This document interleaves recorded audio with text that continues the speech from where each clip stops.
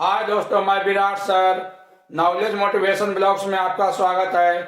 Target matric Bihar board परीक्षा जो भी इससे पहले पूरा संस्कृत किताब, ट्यूशन का प्रश्नोत्तर और पूरा संस्कृत व्याकरण पार्ट बाय पार्ट नहीं देखे हैं तो ये कृपया इस चैनल पर जाकर जरूर देख लें, क्योंकि मैट्रिक वर्ग 10वां का परीक्षा में सारा प्रश्न यहीं से पूछा जाता है। तो आज हम मैट्रिक 10वां का हिंदी गोधूली किताब का पाठ 8 जीत जीत मैं निरखत हूँ पाठ का प्रश्नोत्तर करने वाले हैं, जिसके लेखक पंडित बिरजू महाराज जी हैं, जो परीक्षा के दृष्टि से बहुत जरूरी है। तो समय न गवाते हुए, क्योंकि वक्त कम है, जितना दम है उतना लगा दो। कुछ लोगों को मैं जगाता हूँ और कुछ लोगों को आप जगा दो। तो ये रहा आज का सारा प्रश्न। प्रश्न संख्या 1 है, पंडित बिरजू महाराज किस कला से संबंधित है? तो नृत्य कला से। क्वेश्चन संख्या 2 है, बिरजू महाराज किस घराने से आते हैं? तो लखनऊ घराने से। क्वेश्चन संख्या 3 है, जीत जीत मैं निरखत हूं पाठ किस विधिया की रचना है? तो साक्षात्कार है। जीत जीत मैं निरखत हूं क्या है? तो साक्षात्कार, बोले तो इंटरव्यू। क्वेश्चन संख्या 4 है, बिरजू महाराज के बाबूजी हनुमान जी का प्रसाद क्यों मांगे थे? तो नौकरी छूटने के लिए या नौकरी छूटने हेतु। क्वेश्चन संख्या 5 है, बिरजू महाराज का जन्म कब हुआ था? तो 4 फरवरी 1938 ईस्वी को। क्वेश्चन संख्या 6 है, बिरजू महाराज का जन्म कब हुआ? तो 4 फरवरी 1938 ईस्वी को, शुक्रवार बसंत पंचमी के एक दिन पहले। अब क्वेश्चन संख्या 7 है, बिरजू महाराज का जन्म कहाँ हुआ? तो लखनऊ उत्तर प्रदेश के जाफरीन अस्पताल में। प्रश्न संख्या 8 है, बिरजू महाराज कितना वर्ष की उम्र में नवाब साहब को पसंद आ गए थे? तो 6 वर्ष की उम्र में। क्वेश्चन संख्या 9 है, दिल्ली में निर्मला जी का स्कूल का नाम क्या था? तो आंसर हो जाएगा हिंदुस्तानी डांस म्यूजिक स्कूल।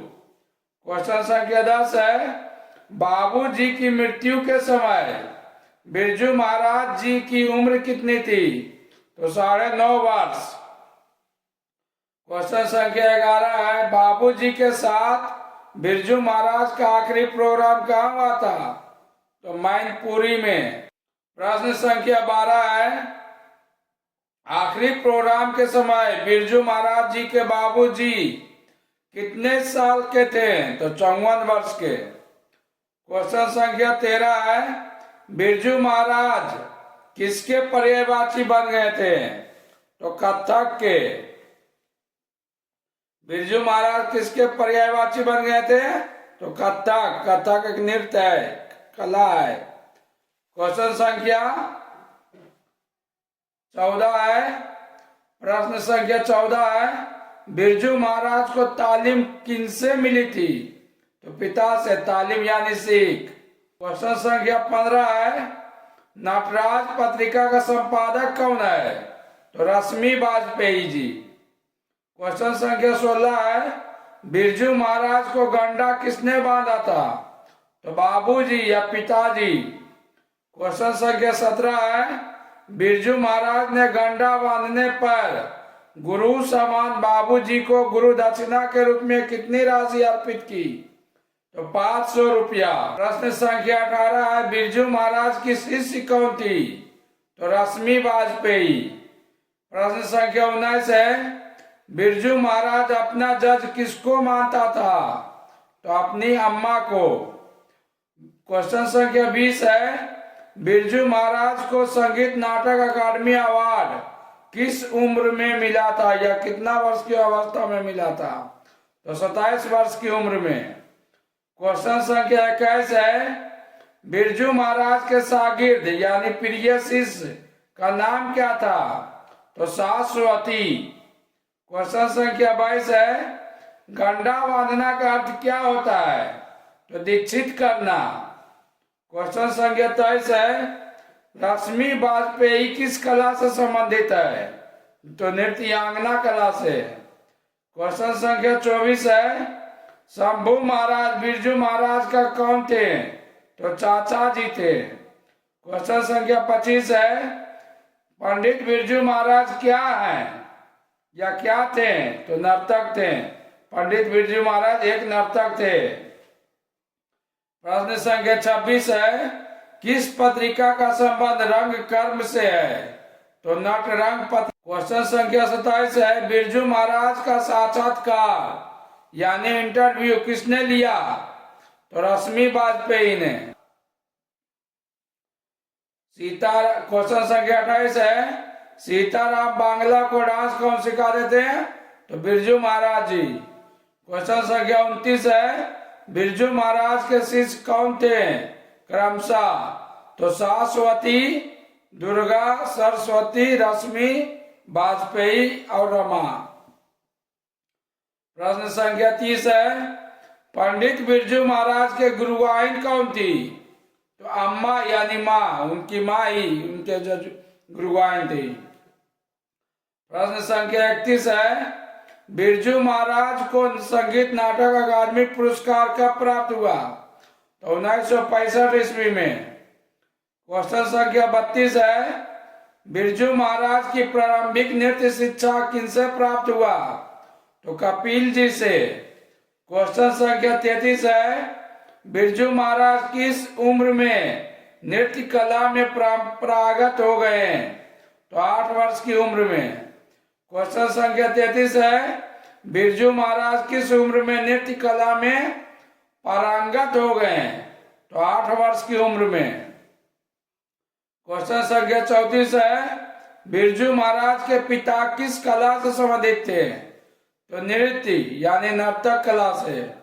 क्वेश्चन संख्या 35 है, बिरजू महाराज को संगीत भारती से जोड़ने में किसका योगदान था? तो कपिल जी का। क्वेश्चन संख्या 36 है, पंडित बिरजू महाराज लखनऊ घराने की किस पीढ़ी के कलाकार है? तो 7वीं पीढ़ी का। प्रश्न संख्या 37 है, बिरजू महाराज किस शैली के नर्तक थे? तो कथक शैली का। क्वेश्चन संख्या 38 है, बिरजू महाराज का ख्याति किस रूप में है? तो नर्तक के रूप में, यानी नर्तक के रूप में बिरजू महाराज को जानते हैं। क्वेश्चन संख्या 39 है, बिरजू महाराज कौन कौन वाद्य यंत्र बजाते थे? तो सितार, गिटार व हारमोनियम। क्वेश्चन संख्या 40 है, नृत्य की शिक्षा के लिए पहले पहल बिरजू महाराज किस संस्था से जुड़े? तो Hindustan dance music Delhi. Question संख्या 41 है, शागिर्द का अर्थ क्या होता है? तो शिष्य होता है। शागिर्द मतलब शिष्य होता है। क्वेश्चन संख्या 42 है, नजराना का क्या अर्थ होता है? तो भेंट, उपहार, गुरुदक्षिणा या गिफ्ट।